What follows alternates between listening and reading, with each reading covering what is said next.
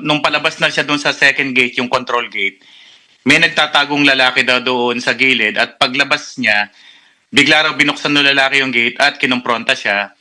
And then, alam mo yung action na parang tinutusok-tusok siya sa tagiliran ng daliri. And then, alam mo yung parang naghahamon ng away. Tapos, and then nung tinutusok sa tagiliran, and then nung parang may dudukutin sa likod yung lalaki.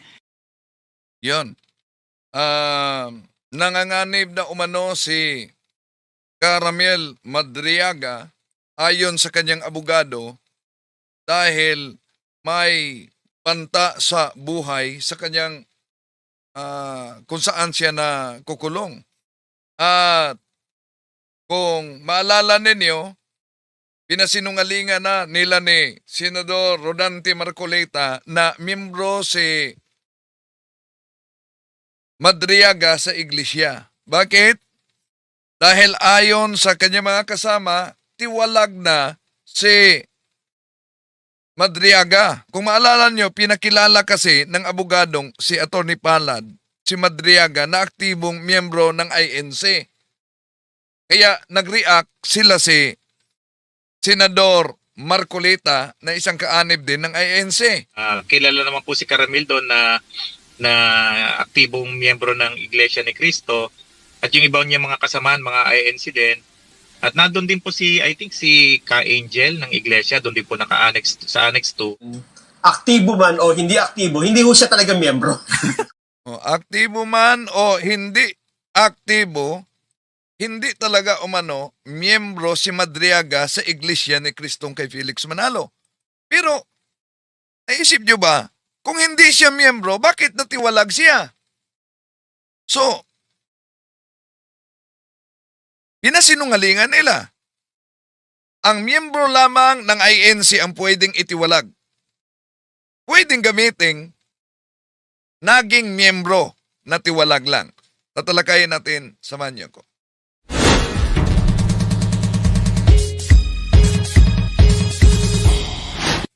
Kumusta? Welcome. Ito yung lingkod Bradwindel Talibong muli makasama niyo sa pagkakataong ito.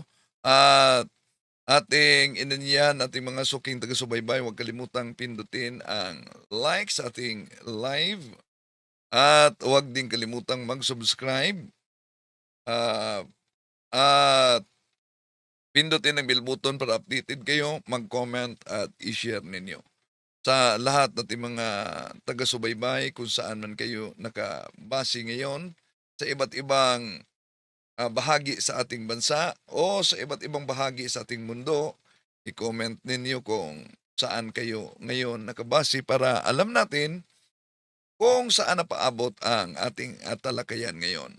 Sa lahat ating mga suking taga-subaybay, welcome. Di na natin pa tatagalin pa dahil papasok tayo sa punto por punto mga kapatid. Ito ang bahagi sa interview ni Atty. Palad kaugnay sa bad news na nangyari doon sa kulungan kay Caramel Madriaga na pinakilala niyang kaanib sa Iglesia ni Cristo at ito'y pinasinungalingan naman sa programa nila ni Senador Marcoleta.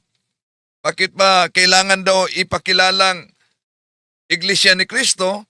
Pero sabi ng mga kasama niya, active man o hindi, hindi siya kaanib sa INC. Pero may karugtong, si Madriaga ay tiwalag na. O di, ibig sabihin, miyembro siya, tiwalag lang. Ito ang interview kay Atty. Palad. There was an apparent threat against your client, si Ramil Madriaga, doon sa Camp Bago Diwa. Can you run us through what really happened and what you know? Ang base to dun sa salaysay na binigay niya sa NBI is that ang kanyang free time para maglakad-lakad, lumabas doon sa jail is 5 to 6 p.m. Mhm. So by that time, So gustong ilipat sa NBI dahil nanganib siya. dapat wala ng ibang mga PDLs na naglalakad doon sa area.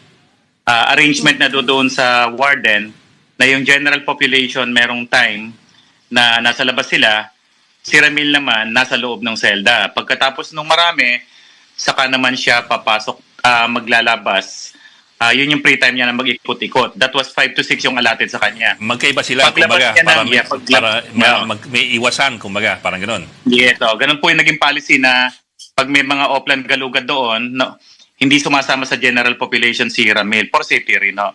So itong nangyari nung March 3, 5 o'clock, around 5 o'clock, nung palabas na siya doon sa second gate, yung control gate, may nagtatagong lalaki daw doon sa gilid at paglabas niya, bigla raw binuksan ng lalaki yung gate at kinumpronta siya. And then, alam mo yung action na parang tinutusok-tusok siya sa tagiliran ng daliri. And then, alam mo yung parang naghahamon ng away. Tapos, and then nung tinutusok sa tagiliran, and then nung parang may dudukutin sa likod yung lalaki, bigla na raw tinulak na malakas ni Ramil doon sa grills sa isang sa gilid nung kaya binabanggit siyang tinulak niyang papalayo at nagsisigaw siya ng tulong sa guard and then nagresponde yung mga jail guard. Ang base dun sa report ng kasama ko sa akin na nag-visit kagabi, yung detainee na yun supposed to be nasa loob ng selda.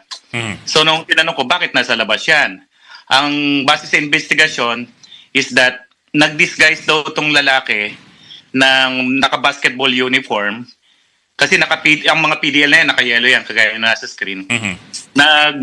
Basketball uniform daw to at nung pinapasok na yung general population, hindi daw po ito pumasok sa selda, nagabang doon sa isang sulok na malapit doon sa selda ng Delta 5 and 6. At nung kompronte niya si Ramil, tinutulak-tulak niya, sinusundot niya sa gilid ng daliri niya, papunta doon sa isang sulok. Doon na sila nagkaroon ng minor confrontation nung maramdaman ni Ramil na parang bubunutin, may bubunot sa likod. Bigla niyang tinulak at nagsisigaw siya. Then nag-responde yung mga jail guard at pati yung warden. At nagtatakbo daw yung detainee sa selda niya. And then, of course, nagpalitan ng kanyang PDL shirt. Pero, na-identify siya ni Ramil doon sa mga photos na pinakita ng BJMP kung sino yung tao na apparently nakalusot doon sa security at inabangan siya doon sa gate na yon. So, sino po yun? Isa pong PDL na 2 weeks pa lang from Pasay. And upon investigation, pamilya daw po ng mga militar, sundalo, yung pamilya nito. And because of what happened, nag-decide yung BJMP na yung kasamahan ng detainee na yon, buong nasa selda, inilipat na sila sa ibang floor. Mahirapan na silang pumasok doon sa second floor ng Delta 5 and 6, kung saan nakadetain si Ramil Madriaga sa yung mga co-accused niya. And dinagdagan na rin ng additional control gates. As in, bago tayo makapasok doon sa selda ni Ramil, 2 control gates ang dadaanan natin ngayon. Unlike dati, 1 lang yata. So, mas nagigpit po ngayon doon sa BJMP Annex 2 po. Ano yung kaso yung assailant? Ano po yung kaso niya? Hindi ko po alam yung details pero galing daw ng Pasay. Tapos tinransfer doon sa Annex 2. So 2 weeks pa lang daw doon at hindi niya talaga kilala. So malaking lalaki daw Kaya nga si Ramil, hindi naman kalaki ang tao yan. Sa 5'3", 5'4" lang yan So because of that, sumulat agad kami sa NBI nung umaga ng March 4. And then March 4 ng gabi, mga around 9:30 hanggang alas 12 ng gabi, nagkaroon ng investigation, nag-view ng CCTV. Talaga nangyari yung konfrontasyon na yon between that detainee saka ni Ramil Madriaga. Nakunan May po na sinabi ba yung detainee? May Hindi sinabi ba kay Ramil habang ginaganon? Wala ho sa pinarating sa akin report yung kasama ko kung inimbestigahan yon. Ang ginawa na lang, inilipat yung kasama ng detainee na yun at buong selda sa ibang floor na ho. At doble sigurado ang tabo ang pinapatupad doon kay Ramil, mas maigpit po ngayon yung ginagawang pagbabantay sa kanya ron. Pero Tony, may-recover ho ba doon sa isang PDL? Kasi sabi nga ninyo, parang wala na ho bubunutin. kasi sabi ko nga, nung nagsisigaw si Ramil ng tulong sa guard, biglang tumakbo yung PDL sa loob ng selda niya. Hindi na natin alam kung meron siyang itinagong gamit. Pero ang malinaw doon is nag-disguise ito ng pang-basketball uniform kaya hindi siya pumasok doon sa selda during the time na dapat na doon sila sa loob ng selda. So nakapagtataka, bakit siya nandoon at inaabangan niya si Ramil? Ang kwento ni Ramil is, alam mo yung parang binubuyok ang away, tapos nung merong may dudukutin na, pumalag na si Ramil at tinulak niya at nagsisigaw na siyang humingi ng tulong. Yun po yung nangyari kahapon doon. Wala silang exchange of words? Kasi normally, pag may lalapit, hoy, ganun. Wala daw. Wala daw. Kung maalala ninyo na sa interview kay Attorney Palad kung safe ba si Caramel Madriaga. Caramel talaga dahil yon ang mga identity sa Iglesia ni Kristong Tatag ni Felix Manalo, no? Ka-Angel. Kasama sila sa silda ni Ka-Angel at iba pang mga INC na nakukulong. So, kaya yon ang dahilan kung bakit pinakilala nitong si Attorney Palad na aktibo daw na INC itong si Caramel Madriaga. At yon ang dahilan na nag-react sila si Senador Marcolita. Ito bahagi na ito. Kilala naman po si Caramil doon na aktibong miyembro ng Iglesia ni Cristo at yung iba niya mga kasamaan, mga INC din. At nandun din po si, I think si Ka-Angel ng Iglesia, doon din po naka-annex sa Annex 2. Aktibo man o hindi aktibo, hindi ho siya talaga miyembro. Hindi ho talaga siya Yun miyembro. na nga yung sinasabi ko sa inyo kanina. Wala Ano eh. nga ang Palpak. kanyang gustong mangyari? Bakit pati yung kung ano man ang kanyang paniniwala o kung ano man kinasangkutan niyang religion, bakit kinakailangang i-connecta mo yun? Hindi man makakatulong sa depensa mo yan eh. Yon ang reaksyon ni Senador Marcolita kaugnay sa pagpakilala ng abogado niyang si Attorney Palad na itong si Caramel Madriaga na nagpakilalang bagman daw umano ni Vice President Sara Duterte ay aktibong miyembro ng Iglesia ni Cristo. Malinaw, napakinggan ninyo, hindi daw miyembro sa INC. Active man o hindi, hindi siya miyembro. Kaya, tama bang ipahayag na hindi miyembro ng INC si Caramel Madriaga kung ang kasunod sa kanilang paliwanag ay tiwalag si Madriaga? May kasunod silang pahayag na tiwalag. Kaya malinaw na kung pag-aralan natin gamit ang lohikal, mga kapatid, mali yung pagpahayag na hindi kaanib samantalang sinabing tiwalag si Madriaga. Ibig sabihin, pag tiwalag, dating miyembro ng INC. Alam naman natin na ang salitang tiwalag ay nangangahulugang inalis sa pagiging kasapi sa Iglesia ni Kristong Tatag ni Felix Manalo. Dahil ang lohika nito, kung hindi siya kailanman miyembro ng INC, bakit siya natiwalag? Kung totoo na siya ay miyembro nga ng Iglesia. INC. Ang tanong, Ang totoo ba? Miyembro ba? Sinek po namin ng records. Yan. Wala po sa membership roster ng INC Nako. si Madriaga. Ayun. Parang taong 2023 pa yata siya inalis sa talaan. Ay, tiniwalag. ng Iglesia ni Cristo. Oh, ayan ha, malinaw po ah. Si Ramil Madriaga, mga kababayan, ay hindi po kaanib sa iglesia. Oh, so, para sa akin, mali ang terminong si Madriaga ay hindi po kaanib sa Iglesia ni Cristo. Dahil natiwalag siya. Pwedeng gamitin na si Ramel Madriaga dating kaanib. At ngayon, hindi na kaanib. Dahil hindi ka pwede magtiwalag kung hindi siya kaanib. Kaanib lang o miyembro lang ang pwedeng itiwalag. Ibig sabihin, tanggalin sa pagiging opisyal na kaanib o kasapi sa naturang samahan. Di ba? Natin.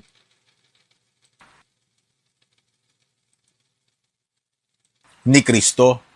Batay kay Kuya Jen, taong 2023 pa ata, nung siya ay inalis sa talaan, itiniwalag. Sa makatuwid, maaaring naging miyembro, maaaring naging bahagi ng Iglesia ni Cristo noon. Oh, sandali. Naghang tayo.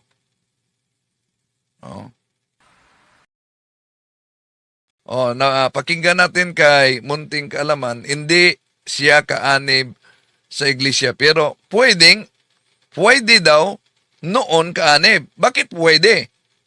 Dahil kaanib talaga siya Inalis sa talaan. noon. Inalis lang sa talaan. Ay, ng tiniwalag. Iglesia ni Cristo. Oh, ayan ha, malinaw po ah. Si Ramil Madriaga, mga kababayan, ay hindi po kaanib sa Iglesia ni Cristo. Oh, ito na punto. Dapat sinabi na si Ramel Madriaga dating kaanib sa Iglesia ni Cristo. Natiwalag siya. Batay kay Kuya Jen, taong 2023 pa ata, nung siya ay inalis sa talaan, itiniwalag. Sa So, kaanib siya dahil itiniwalag siya. makatuwid, maaaring naging miyembro. Sabi niya, sa makatuwid, maaring naging membro. Bakit maari? Naging membro talaga siya. Ang problema lang, itiniwalag at ito ang tatalakayin natin. Maaaring naging bahagi ng Iglesia ni Cristo noon. Hindi. Pwede bang maaring bahagi noon? Naging bahagi talaga siya noon. Dahil, sabi nila, naitiwalag daw. Dahil kung hindi siya naging bahagi noon, ay di siya pwedeng matiwalag. Pero itiniwalag eh. Bakit itiniwalag? Hindi ko alam ang dahilan, pero siguro may kaugnayan siya dun sa pagiging leader niya nung sindikatong Kidnap for Ransom nga. Ibig sabihin, walang pangungonsinti sa iglesia. Yun. Bakit daw naitiwalag? Baka sa pagiging leader daw umano ng tinatawag na Kidnap for Ransom. Yun ang dahilan kung bakit natiwalag. Pero, kung yun ang dahilan ko na bakit natiwalag dahil miyembro siya ng, sabi sa akusasyon, ay miyembro siya ng Kidnap for Ransom, di ba? Ang pagtiwalag ba sa INC dahil merong kaso? Kahit hindi pa napatunayan na siya'y may pinal na hukom ang korte kung siya ba'y makasalanan beyond reasonable doubt. Ibig ba sabihin na pinangunahan na ang korte at dahil may kaso, tiwalag na siya? Di po ba si Senador Marcolita may kasalungkuyan din kaso? Pero hindi siya tiwalag, di ba? Na ngayon, tuloy natin mga kapatid ang pahayag. Yeah. Di po ba? At yun yung nakikita ngayon ng maraming tao sa INC. Kaya nga, ang totoo mga kababayan, etong si Madriaga, hindi ko alam kung talagang umanib ba sa Iglesia ni Cristo to dahil sa akay ng pananampalataya niya o baka dahil sa inaakala niyang proteksyon na maibibigay sa kanya. Anong ibig ko sabihin? Kasi ang INC mga kababayan, alam naman nating nagkakaisa yan eh. Ang INC ay alam niyang nagkakaisa. So, nagkakaisa sa pagpili, pero ano ang kabuluhan kung nagkakaisa kayo, ngunit hindi naman nagkakaisa sa tunay na doktrina ng Iglesyang tatag ng ating Panginoon Jesucristo dahil sila'y tatag lamang ni Felix Manalo. At hihingi siya ng proteksyon, akala niya, ganun-ganun niya makukuha yon. Akala niya, miyembro po kasi ako ng sindikatong Kidnap for Ransom. So, yung pagsabing miyembro ng sindikatong Kidnap for Ransom, abay, diyan pa lang, makita na natin na pinangungunahan na nila ang korte. Asa na ba ang tinatawag na presumption of innocence? Di po ba?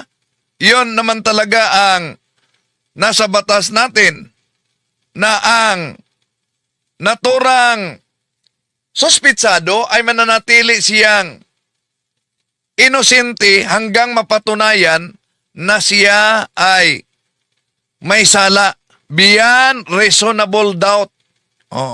Yun ang bahagi sa ating